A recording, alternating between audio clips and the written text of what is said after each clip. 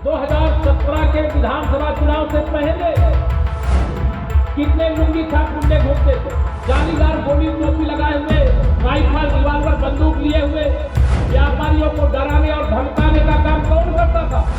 यह सारा कुछ याद रखना, मेरा इतना ही कहना है। यहाँ गुंडे अपराधी समाजवादी पार्टी से जुड़े हुए आपको देख नहीं जाते थे। जब से भारतीय जनता पार्टी की सरकार बनी है, क्या ये गुंडे आपको दिखाई दे रहे हैं क्या? यूपी सरकार में डिप्टी सीएम केशव प्रसाद मौर्य ने अभी कुछ दिन पहले ही बीजेपी की चुनावी भावनाओं को उफान पर पहुंचाया था। अभी कुछ दिन पहले ही तो यूपी की सियासत में ये कहकर लहरें पैदा कर दी, हैशटैग जय श्री राम, जय शिव शंभू, जय श्री राधे कृष्ण।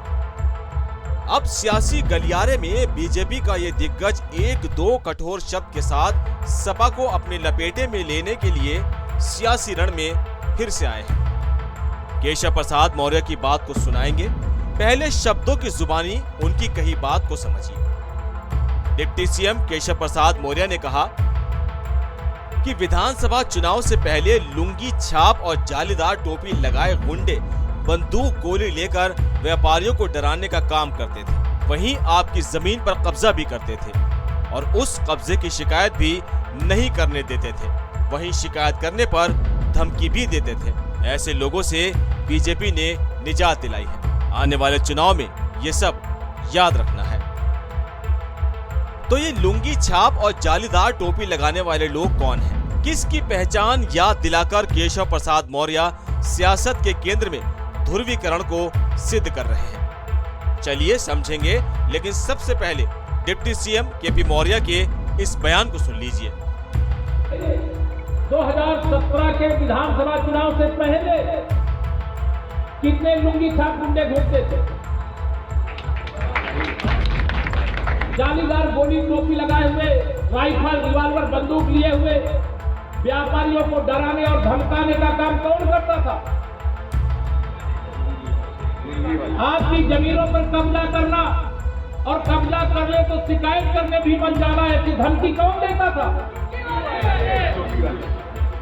यह सारा कुछ याद रखना, मेरा इतना ही कहना है। तो क्या मान लिया जाए? बीजेपी ने छोटे दलों से गठबंधन के अलावा अपनी सियासत में अब केमिस्ट्री की राजनीति भी एंट्री करवा दी है, जिसमें सीधे जनता के एक वर्ग में लुंगी छाप और जालीदार टोपी की डरावनी तस्वीर बना रही है। 2017 के विधानसभा चुनाव से पहले कितने लुंगी छाप गुंडे घूमते थे, जालीदार गोली टोपी लगाए हुए, राइफल रिवाल्वर बंदूक लिए हुए, व्यापारियों को डराने और धमकाने का काम कौन करता था? आपकी जमीनों पर कब्जा करना और कब्जा करने को शिकायत करने भी बन जाना, ऐसी धमकी कौन देता था? यह सारा कुछ याद रखना, मेरा इतना ही कहना है। मैं कोई ऐसी बात नहीं कर रहा हूं जो कोई ऐसी बात नहीं हुई होगी। या पूरा अगर मैं प्रयागराज की बात करूं तो सिविल लाइन के पूरे क्षेत्र को बहुत ही शांतिपूर्ण इलाका माना जाता था,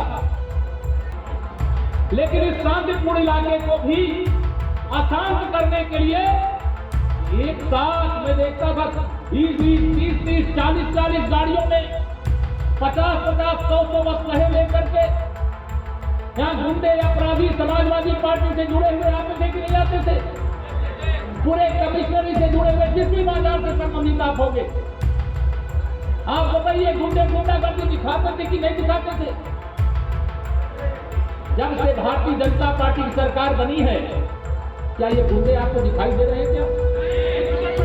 सही बात बताना, दिखाई दे रहे हैं क्या?